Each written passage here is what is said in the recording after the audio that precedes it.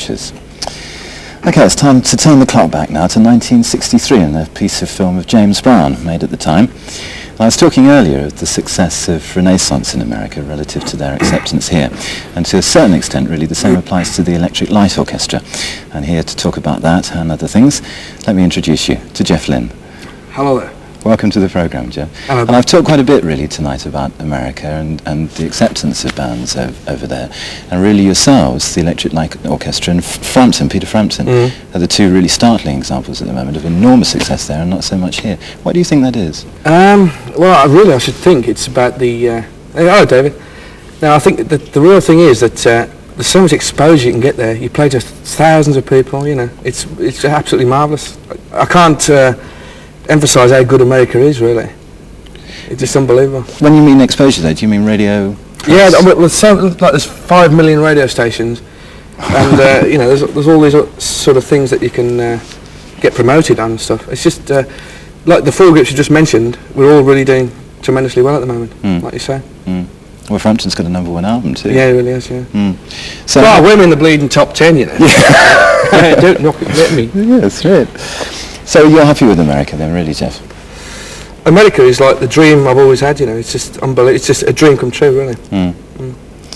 So you've really not been here for quite a while, have you, here in Britain? Not too often, no. Wow. A bit of a problem there because we've got this petition of like thousands of people to sign this thing for us that we should come back and play here.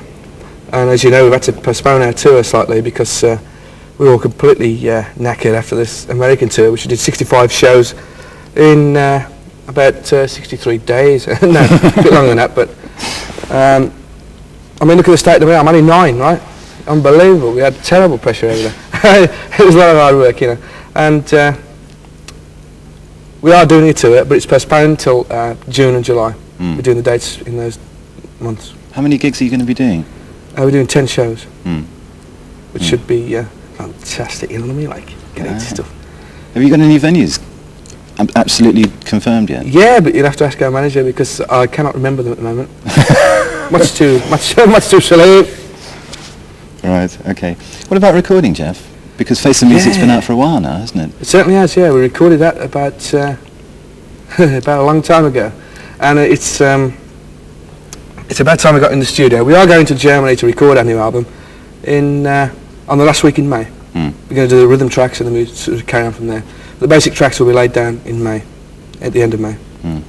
So when will that be finished? Do you know yet? It'll probably be finished, I should think, by August. Be finished by August, and it'll probably come out in September.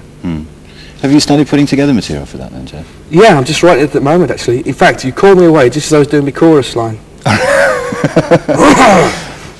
Not really, no. I was getting the pictures, actually.